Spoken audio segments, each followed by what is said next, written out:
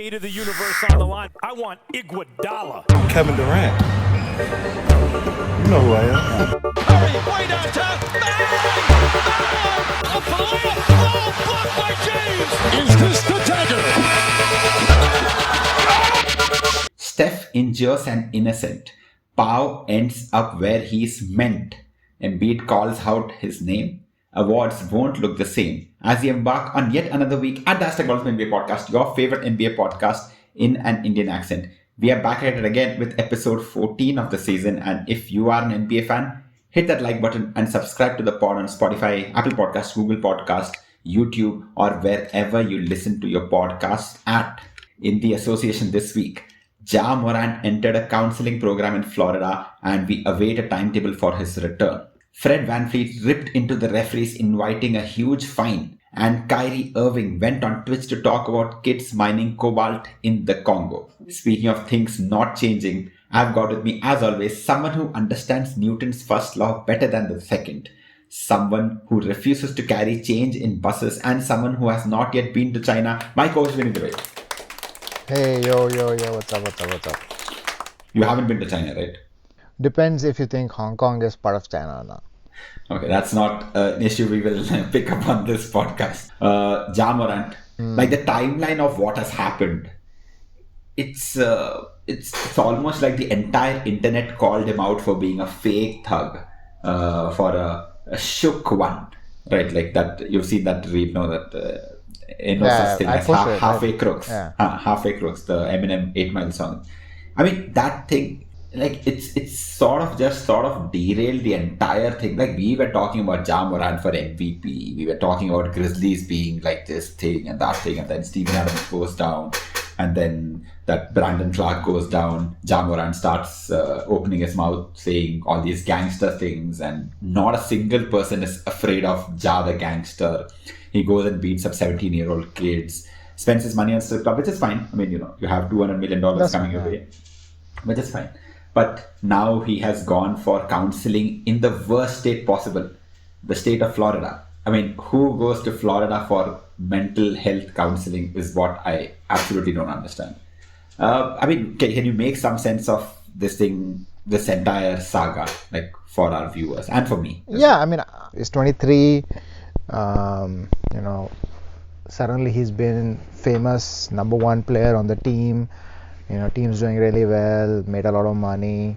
All-star, All-NBA. All-star, everything, All-NBA, I guess, he couldn't handle a little bit of the fame. And not in a bad way. I feel like, when you get rich and famous, you are surrounded. You know this better than anyone. It's like you get surrounded by people who want to use a little bit of that. Okay. Latch onto it. And so you basically create a group of people who you really cannot trust. Like, they are there with you because you're famous and you're rich. And that as soon as all those things will go away, they'll sort of abandon you. And that creates a sense of like, who are my real friends? And that's why I think even in the strip club, I don't know if you read the reports, he only came with one guy. It was just two people. Yeah. It wasn't like a posse, not a posse. Is it called a posse? Posse, yeah. Because I was also surprised that only two people came, because generally like these kind of events, like you go with your whole friends, yeah, like everyone's like kind of. I mean, I've done that a couple of times, where I've been the posse, not the main person. And it's great to be the posse because like free food, free drinks. Entourage, I think they call it entourage. Posse is entourage. Yeah. Entourage. Like loading entourage, and loading a lot. Yeah, the entourage. Yeah, I've been a part of like 2 or 3 entourages, and it's really good because like you get to go places and you really don't have to do anything for it. You get women, everything. So I think that, but it's really bad for the main person because honestly, like the people that I was like in the entourage for, like I really didn't care about the guy. Like I was just there to have a good time. Were you that person's friend or were you a friend's friend? I was a friend's friend. So I didn't even know like the main guy. Anyway, the point being that that's basically what it is. And when you're 23, man, like now I can't even imagine what I was when I was 23.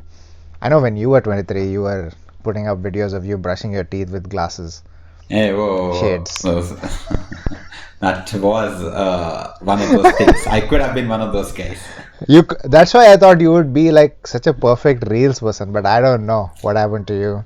So moving on to Jamoran. It also really felt like with the Grizzlies, like they were close knit, but I think like Ja was kind of separate. Like I didn't feel like he was the leader, but he wasn't. I don't know. I always felt like the Grizzlies didn't have the kind of chemistry that you would imagine they would have. Um, and once success comes, like everybody thinks they are the reason for the success, Yeah, that's right? true. It's all, and so I guess I was in a bad state of mind, and this is the era of mental problems, brother. Mental health. Yeah, I think, I don't know, if it was the Demarcus Cousins or someone who said that this would have never happened in the old age, on the old times when every locker room had like a couple of hard-nosed Oh, veterans. that is complete BS. There've been like Allen Iverson had all these like people who were veterans, and he kind of screwed up. Like what's his name? Lateral The Sprewell. guy who Sprewell also is there, and the guy who took a gun into the locker room. What's his name? The Gilbert Arenas. Lefty, Gilbert Arenas, and they all had veterans in the locker room. It's just that when you are very good, you're young, you get famous, you just think you're like the shit. Like everyone treats you like, oh wow, you're like amazing. In my opinion, Ja Morant, there's no need for him to show this fake aggression because he's one of those few superstars who doesn't have a lot of those blooper reels on the internet. Like everything about him is all about these crazy blocks and these amazing dunks and missed dunks, which are just as gangster, and a team like going up against the Warriors and talking a lot of like there is it almost seems like the reason somebody would pick up a persona of a gangster is to show people that, hey, don't mess with me. But nobody has really messed with him in any way. Like he's been above all of his peers. Like in that draft class, isn't he the same Zion draft class? Like he is above all of them. Like he is clearly the number one person in that draft class. Like no, Yes. and even preceding draft classes, he is like the most amazing player that has come out of that group, right? So it's this. I can understand fake toughness, especially when you feel that you're being attacked, which is a very natural reaction of anybody's, right? Like even in school, you would have Okay, so faced those things. your question is like, why is he trying to be a fake gangster? I mean, Or what is I don't think any one of us can answer that question, but that is my concern. That I don't think it's like what is there for. But him I don't like, think he's prove being to a anyone. fake gangster or whatever. I just think that, see, if there was no IG live, like even like if you look at the pistol that he was branding, he was like this small, man. It wasn't like, which is very common in the US. Like old women carry that kind of pistol. Like it's not, no, it's a fact. It's a fact. I feel like him showing a gun in the IG live has been like, you can show a gun in IG live. What's the big deal? No, but I think that led to. I feel that this is one of those Michael Jordan sort of situations where they banned him for gambling, but there was actually something much deeper going. I mean, they sort of made him retire, but the conspiracy theory is that he had like This is a conspiracy theory. Nothing has been proven about the fact that. That's what I'm saying. So that's what I'm saying. So the NBA fine for bringing a gun into the locker room or onto the team plane is like a 50-game suspension. So instead of going down that route, they just decided, see, this is not a good look for the league. Ja is one of the best top 10 players in the league easily. One of the top 5 young players in the league, very very easily. Okay, get it, okay. So he's a good player. Okay, next. Instead of He's a suspending he's a top 5. instead of suspending a 50 games, which means the rest of the regular season, the playoffs, and then possibly 30 games in the next season as well. Instead of doing that, we'll just ignore that situation and say that he has to go for mental health counseling in Florida, and then we'll forget about this entire situation. I think you're looking. One is this idea that we as outsiders think Florida is this crazy place. Florida is a very normal place. There are some outliers here and there. Like type Florida man and type a year, you will get a crazy article about that. Florida. Yes, there are, but that doesn't mean the entire state is like just crazy people. But Florida is not even known for being like a mental health like a place. It's known for being. How do you know that? Place. Because Florida has Ron DeSantis, right? He is out to ban all these drag queens, and he's out to ban Disney World and all that sort of thing. Did you read the news there? Yeah, but that has nothing to do with having good medical facility, like mental facilities. Like Florida is one of the best, like old care system. Old people care. People. Ja Morant is hardly old. My point was that 50-game suspension is a lot. So instead of that, they said he'll go for mental counseling and then he'll come back. That's what he said. And that is fine. Okay, that is possible. The problem is that he has a problem. For some reason, he wants to show that he's gangster. For some reason, he wants to show everyone that he is much more dangerous than he is and all that. No, I just don't think that's true. I just think that he was having a good time and he just happened to show a gun in but the it's video. Not they did not fire him for the gun. The gun had implications that he got the gun because they were not in Memphis. He had it's not the gun which was the problem. Right. Okay. No, that's fine. You're right. That the NBA instead of basically the fact that he had a gun there meant that he carried the gun with him into. Well, he did not have to carry it into the NBA premises. He could have kept it. It's not about NBA premises. Even team premises, team hotel, team flight. You cannot. Oh, really? Allowed to carry it. Yeah. Okay. Oh, I don't know. So the fine for any of that thing, all of that things is 50 games. That's what I've understood from my understanding. Okay. I just thought you cannot get it into the locker room and the game arena. I think you can, if you want for your safety, you can keep it in your hotel room or whatever. But you can't bring it into the arena. No, I don't think so. I think they have security guards. Because I don't think that the NBA has any jurisdiction as such of a player outside the arena, and they can't. That's what I feel, because players can do whatever they want outside the arena. But once they're as long inside as they the are arena, part of a team, then they are part of the team. If they are not playing and they are not part of the team premises and all, it's fine. But that team premises is NBA property. NBA has to protect those places. Yeah, all of those have clear rules. Okay. I mean, it's I don't know. I think we are both. No. I know this. I read this. That's why I'm not pulling this out of my ass. Okay. We'll see. We'll find out. Like there will be a fact checker, an instant fact checker. But what do you think about, will Ja Morant be back for the playoffs? What will their condition be while going into the playoffs? Will Draymond Green invite Dylan Brooks onto his podcast? All these main questions. What do you think of the? I mean, I think Ja should be back before the playoffs, because nothing is really wrong with the guy. He's just going through a tough time, and he just needs to go in, be an adult, clear his head out, and just say, okay, I got. If I can't play basketball, then I can't do anything. I can't be rich, and I can't do this. Yeah, I just have to create a podcast like Gilbert Arenas, because at one point Gilbert Arenas was the highest paid player in the NBA. Yeah. Yeah, so I think he just has to. I also think his father needs to really calm down. Sometimes I think if you have parents who are just too involved, and why does his father have to pick up a fight with Shannon Sharp? Just enjoy watching your kid play, support him, but what's this? And he tries to be Usher, fake Usher, it's just. I feel like his father is also I remember there's also this video of Ja Morant having a good time in his house and with his father and strippers. So his father and strippers, it just seems a little sus. Vineet, we'll take a short pit stop and we'll talk about one of your favorite big men of all time.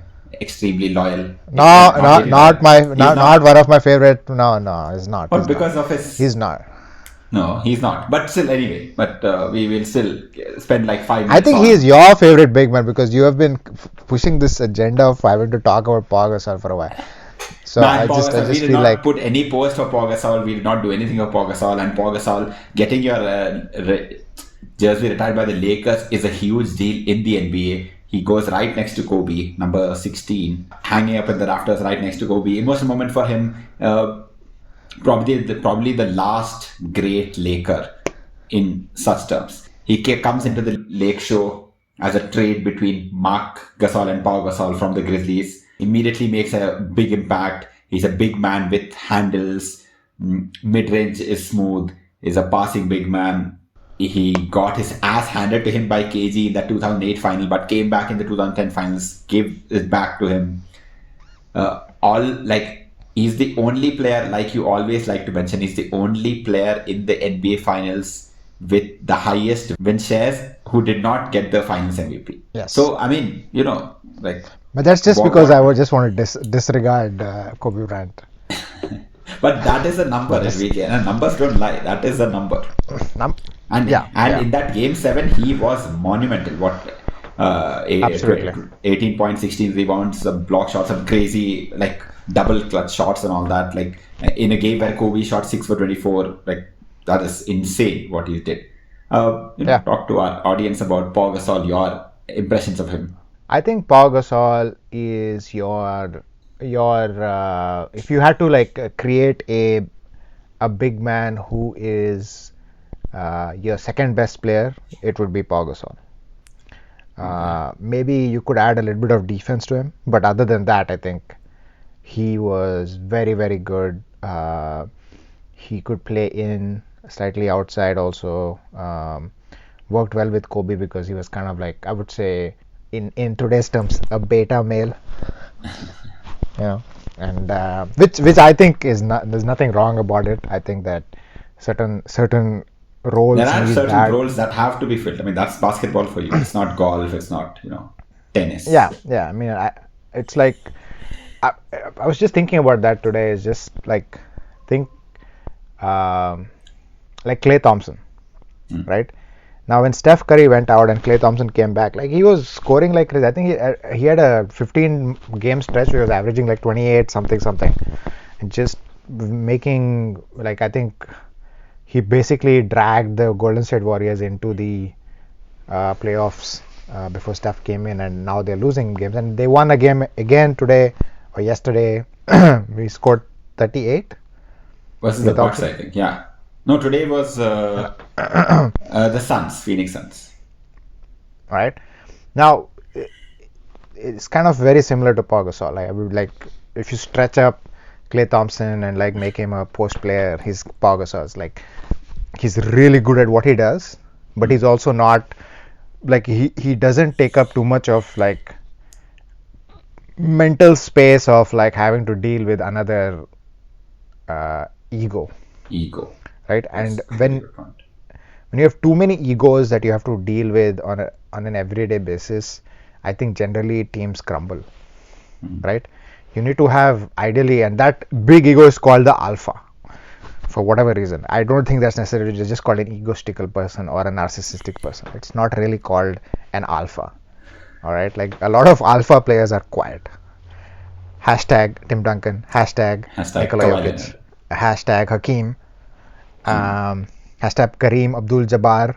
Okay. Anyways, you got my hashtag. So you don't have to be, and like there are some really shitty players who are extremely egotistical, like Draymond Green, Dillon Brooks, what's his name, Patrick Beverley, all these people. No, zero talent, all talk, just heart, too much heart, one would say, right? So okay. Let's come back to Pau Gasol. Anyway, coming to Pau Gasol. The point I'm trying to make is that Kobe Bryant was a massively egoistical person, extremely selfish and extremely self-centered. We all know this. And it would be impossible for him to coexist with any other player with the kind of talent that Pau Gasol has, because generally a person with that kind of talent has a massive ego. Yeah. And so it was a blessing for Kobe Bryant that he got a player of that caliber at that point of time where even Kobe was like getting to a stage where he understood the role he needed to make him better, and also he was also becoming a really good player at that point of time in terms of his offensive abilities had really improved, and he had become like I think the best version, like 2006, 7, 8, 9, 10 were his best versions in terms of his ability to score. And I think one would say that Pau Gasol was the reason they won the championships, because he was very important. He was very useful, especially for the second championship, because the first championship, let's be honest, the Orlando Magic just like said, take us in the finals. And the first two games were competitive with Orlando Magic, and then after that was just like they just rolled through. Yeah, I mean, Orlando Magic is one of those three-point shooting teams, so they sort of Yeah. like you can always figure out them in the playoffs. So the 2010 finals, sorry, Celtics. 2010 finals 10 finals against the Celtics was which went to 7 games, very close. Final meta world peace, put back, sorry, not put back, three-pointer. Three-pointer over PS. Yeah. OPS. That series, Pau Gasol was absolutely a beast. Yeah. Every game he bought it, and the Celtics were very, very strong inside, defensively and offensively, with KG and I think Rasheed Rasheed Wallace was in there. It was like a very big team. Kendrick Perkins, Big Baby, Posey. All of these are big players. And so, Pau Gasol, and the Lakers were also very big. They had Pau Gasol, Andrew Bynum, and Lamar Odom. So like 3 7-footers. So it's not like they were a scrub.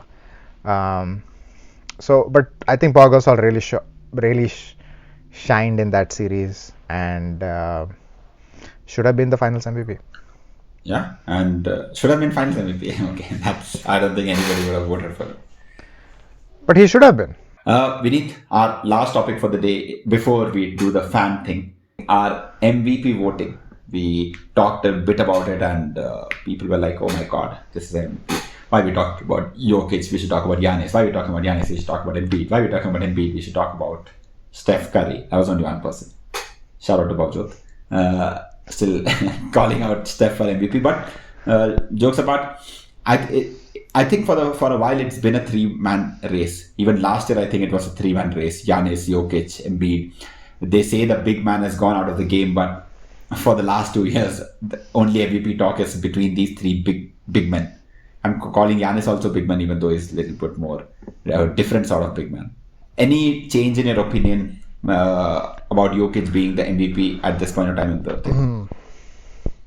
No, I mean, I have no change in my opinion. I feel like there is a lot of discussion around what an MVP is, right? And what is the criterion of an MVP? And all the Kendrick Perkins is asking insinuating all these things about race, but not really. He's like, "Oh, I didn't say it, but I sort of meant it." Sort of meant. So unethical and hypocritical. It's just like I really felt bad that we are at this stage, of our evolution, talking about this stuff, especially in the NBA, which is such a progressive league, and First Take, which is such a I wouldn't say it's like a very intelligent show, but it is the show, right? It's the First Take. It's the first take after which we all have takes. We have takes of the first take. First take and everything else is in between. Everything in between, right? So I was a little disappointed that they gave him more airtime. Like he came and he said what he had to say, and then he should have been like, "Alright, like Perkins, like ye sab nahi chalega, bye bye." But ye nahi, this is people know, like get him, get ready, let's talk about this, let's do this whole thing. And listen, I think it is a 3-man race. Even last year, I think we discussed this. Yeah. Any of these 3 that win, you can't take away that they shouldn't have won it. There is no bad choice among the 3. Yeah. Right? Now, depending on your taste, depending on what you believe matters more, is more useful, is more valuable, you can choose who you think is more valuable. But there is no clear, I wouldn't say that there's any loser if anyone, doesn't win. I feel I think all 3 deserve it and I don't think there has been such a close race other than the Harden and Russell Westbrook race. It was there when Russell Westbrook won. Because you had the triple-double. So for me, I look at always I enjoy basketball as a team sport, and so for me it's like which player makes everybody better in some way and is also winning games, and I think Jokic does that better than the other 2, right? Like Jokic is a floor raiser, What? You think, yeah, Jokic is a floor raiser. Okay, got it. Yes, correct. Jokic is the best floor raiser, I think, in the NBA right now, other than LeBron, who is not It's old. the LeBron anymore. We've not used these words in a long time. So just for people listening, what is your definition of a floor raiser and a ceiling raiser, if you could tell? Okay, so a floor raiser is a player who will guarantee, because he's so good in either getting everybody involved or in being unselfish, that he or has the IQ where he can sort of give you 50 wins minimum. Yeah, So you're these saying are like that Tim Duncan. he goes into a team and the team which wins 20 Team- games in the season becomes 20 a games 50 will suddenly win 50 games, right? Yeah. So these are like, the LeBrons, the Magic Johnson, Tim Duncans, Dirk Nowitzki's, KD's. Like you put KD in any team, it's going to win 50 games. Like he's just going to Yeah. come and win you 50 games. Correct. So, and then there are the ceiling raisers, which is like if you have a competent team and you suddenly put this person into it, it goes from like a 45 win game to a 65 win game. And this person has the ability to, be clutch, score 50 points in a game. These are like the Damian Lillards, the Steph Currys, the Kyrie Irvings, who else? Joel Embiid, Giannis, Jason Tatum. Yes. These guys.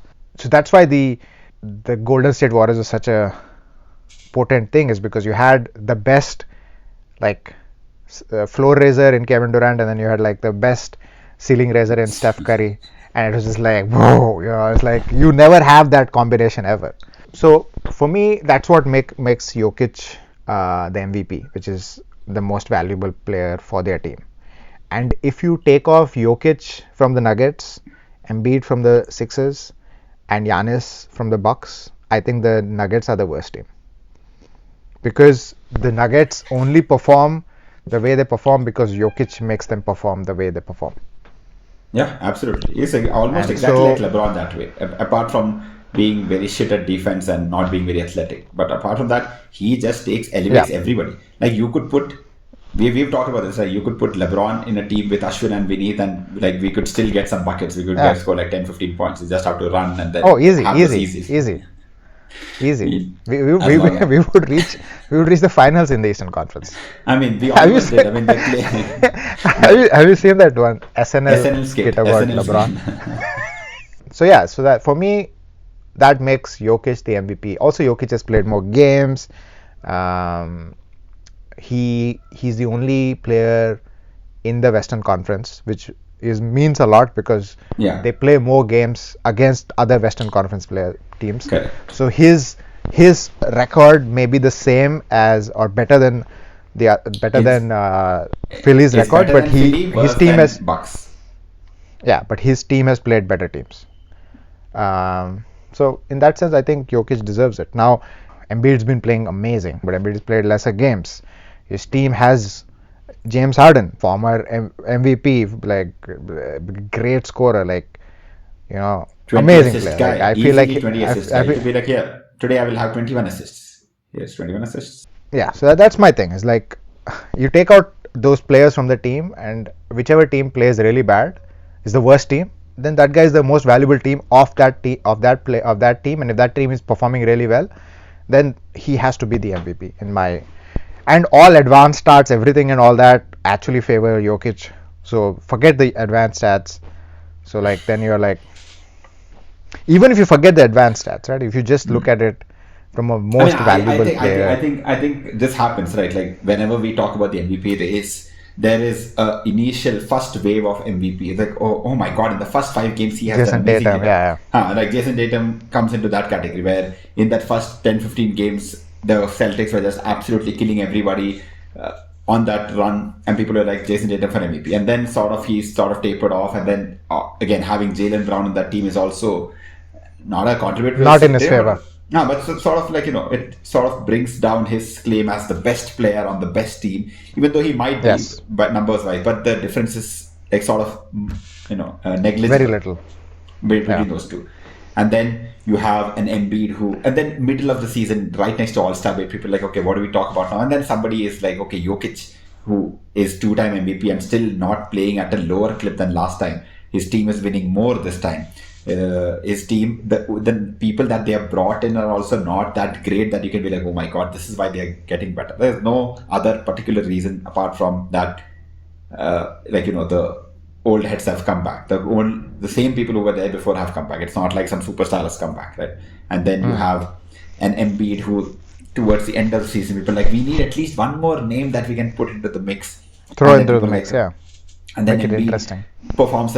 Performs great. He hits shots which don't count, and then he hits fadeaways, and then he puts up big numbers, and people like suddenly, oh my god, this, and that's how the narrative is built, right? Like you can't otherwise. If there was a single number to quantify the MVP chances, then you would not have any sort of discussion. You'd be like, okay, this man is 45.6, hence he is winning. This man has 45.2, hence he is not winning. Right.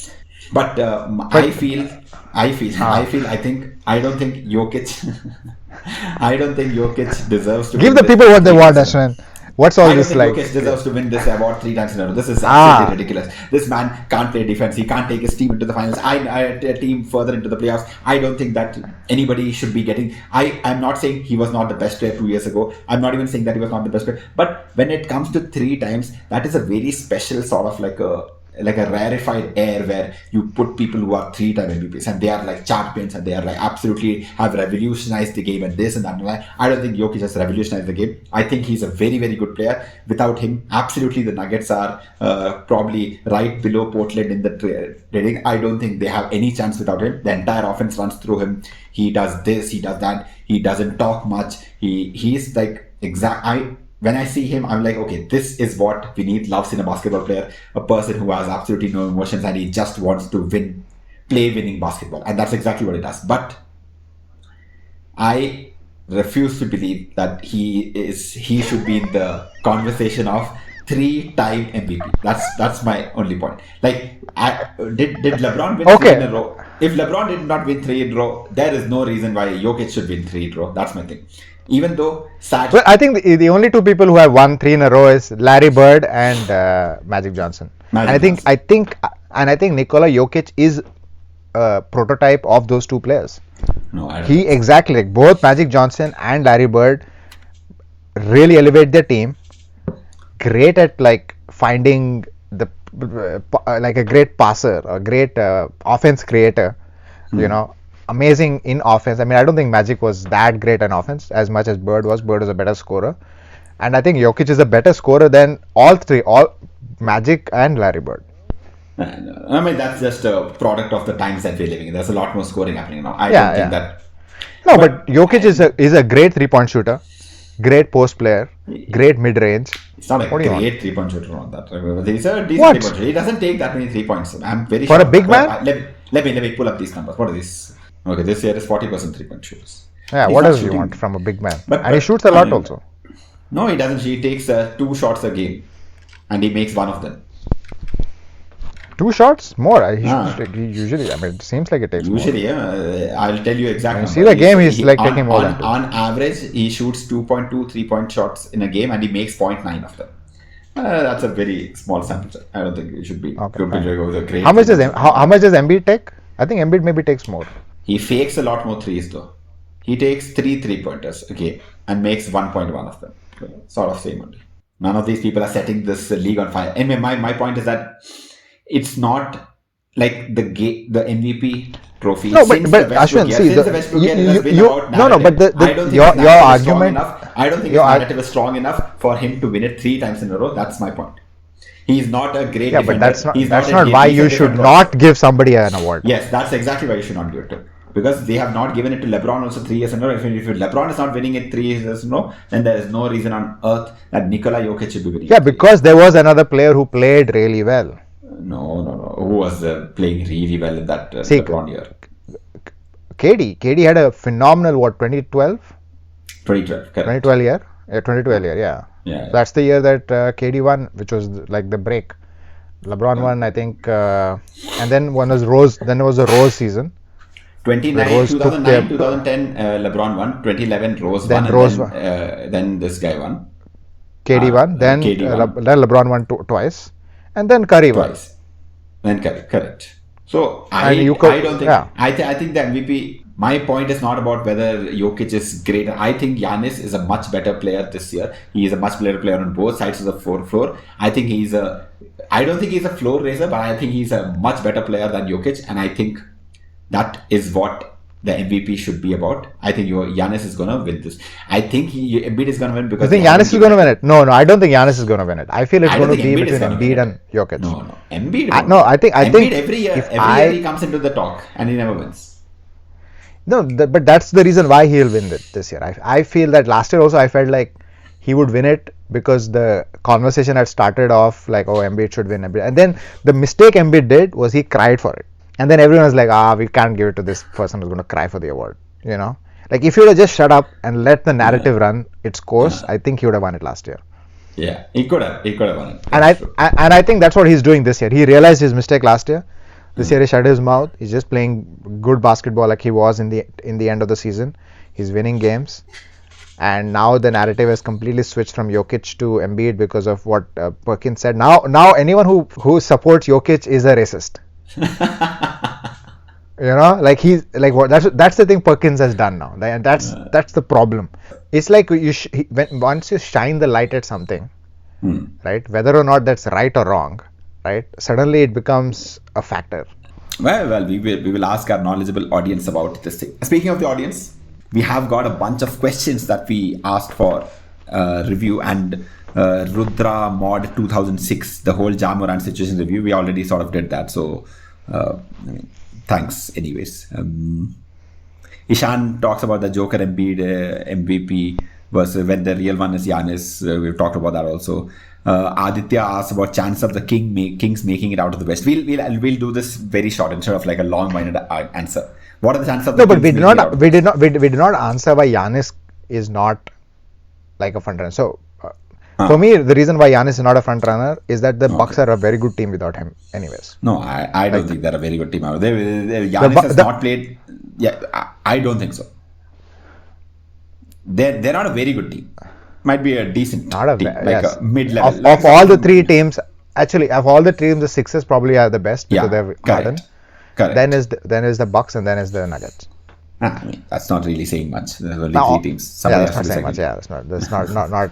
No new ground has been dug in this by that statement. Okay. Vineet, we're just gonna quickly answer. Okay, so Bhavjot asked if the Lakers qualify for the playoffs, how far are they going? What is your feeling? Depends if LeBron's back or not, and let's say LeBron is back. Let's say LeBron is back because so now it will be LeBron, AD, and all them young boys. I think they can, if they get the Grizzlies or the Kings, they can win the first round. Grizzlies or the Kings, okay. Alright, so you're saying first round and not the second round? No, second round a bit too difficult. Mavs, Suns, Warriors, healthy Warriors, Clippers, Nuggets. No chance. Okay, so first round. Okay, the chance of the Kings making it out of the West. Now you, from the beginning of the season, have been a Kings denier, whereas I have been a Kings acceptor. First of all, you totally lucked out on that. Nobody. You're telling me you were predicting Sacramento Kings to be number 2 in the West. Is that what your prediction was? That is not the point. I said very clearly that they will have a lot of more wins than the Lakers, and you said, I don't think so. We will pull it back. I said. I don't have the archival notes. This is archive. Very clearly I said, if AD, LeBron, and the old Westbrook, who's not in the team anymore, play 60 games together. No, nothing they like that. They will have more wins than the Sacramento, and that did not happen. Okay, so, that's not true at all. You please answer Aditya's question. Chances of the Kings making it out of the West? Out of the West, very, very less. Chances of getting into the finals, pretty good. As in Western Conference Finals. I think they are probably like a first round win. They'll win their first round. I think they will lose their second round.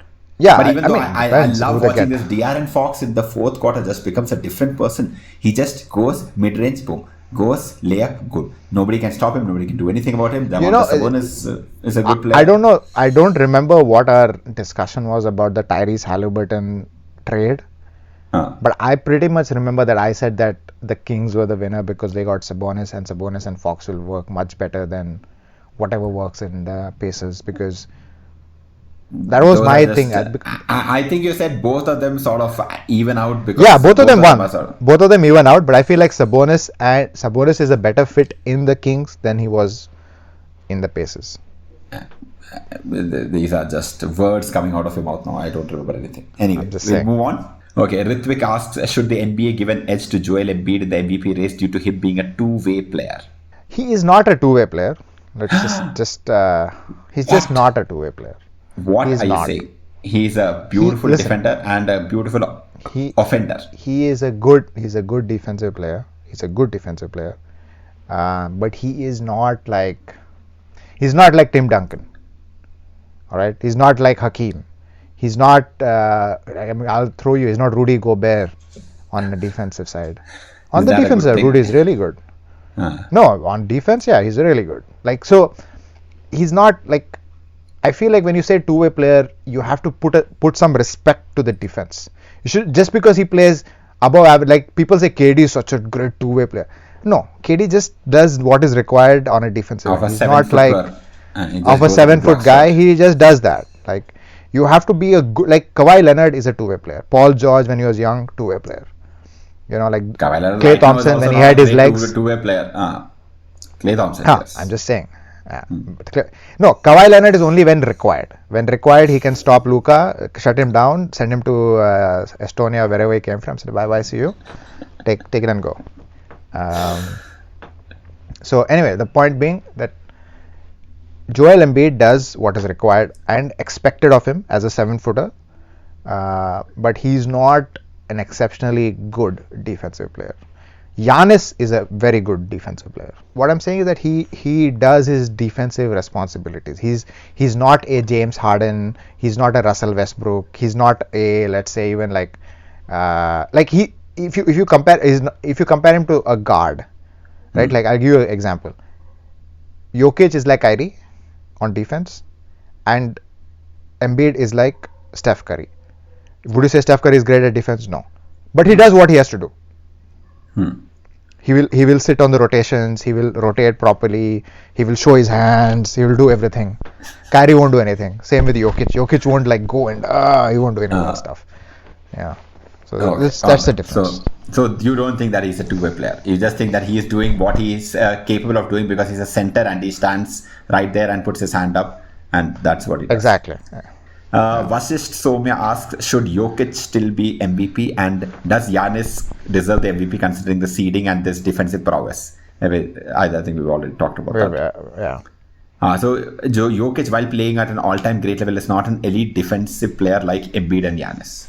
So we already sort of give a beautiful, colorful example of that. Ashu LMT asks, can Warriors win the title again? Yeah. Can they win it? Yeah. Like, anyone can win the title. Not anyone can win. Okay, Oklahoma City Thunder is not going to win. Warriors, I think Warriors are. I mean, anyone who's in the. Yeah, I mean, you have Steph and Clay. Steph and Clay and Draymond is there means, and Jordan Poole and nobody. And otherwise, they just like their offense is their best. They will really miss. But they will really miss this guy. Wiggins is again like a little mental health issues. Defensively. No, he'll be really back for the playoffs. I think he'll be back for the playoffs, and I think that's what's missing. Yeah, he is a big impact on that end. Yeah. So just like last year, because like Iguodala is gone, there is no Iguodala. Iguodala used to be their, like wing defender along with Clay. Now he's 40 years old. Clay is also gone. Clay is not a defender anymore. Iguodala is also gone. So you need Poole won't defend for whatever. So they have no wing defenders at all. Okay. We have got 3 questions from Pratham. One is, where does Steph rank all time? Which you can catch our older episodes for that. Can the Warriors win this year? 10. Which you can top 10. No, I don't. But he is. I mean, for 10, me it was like 9 to 12. 9 to 12. 9 to 12. Good one. And the third question is, can I join the panel? The third one is no. But the first. You can join the live when we have it, and Absolutely. I think that's all the time we have. This is like a 1 hour 15-minute episode, which is not ideal, but I think we'll figure it out. We'll sort of cut it down. Thank you very much for listening, everyone. We'll catch you again for the next episode. Till then, like, share, subscribe, do all that jazz. And till the next episode, Vineet, say bye bye. See you guys. Bye bye.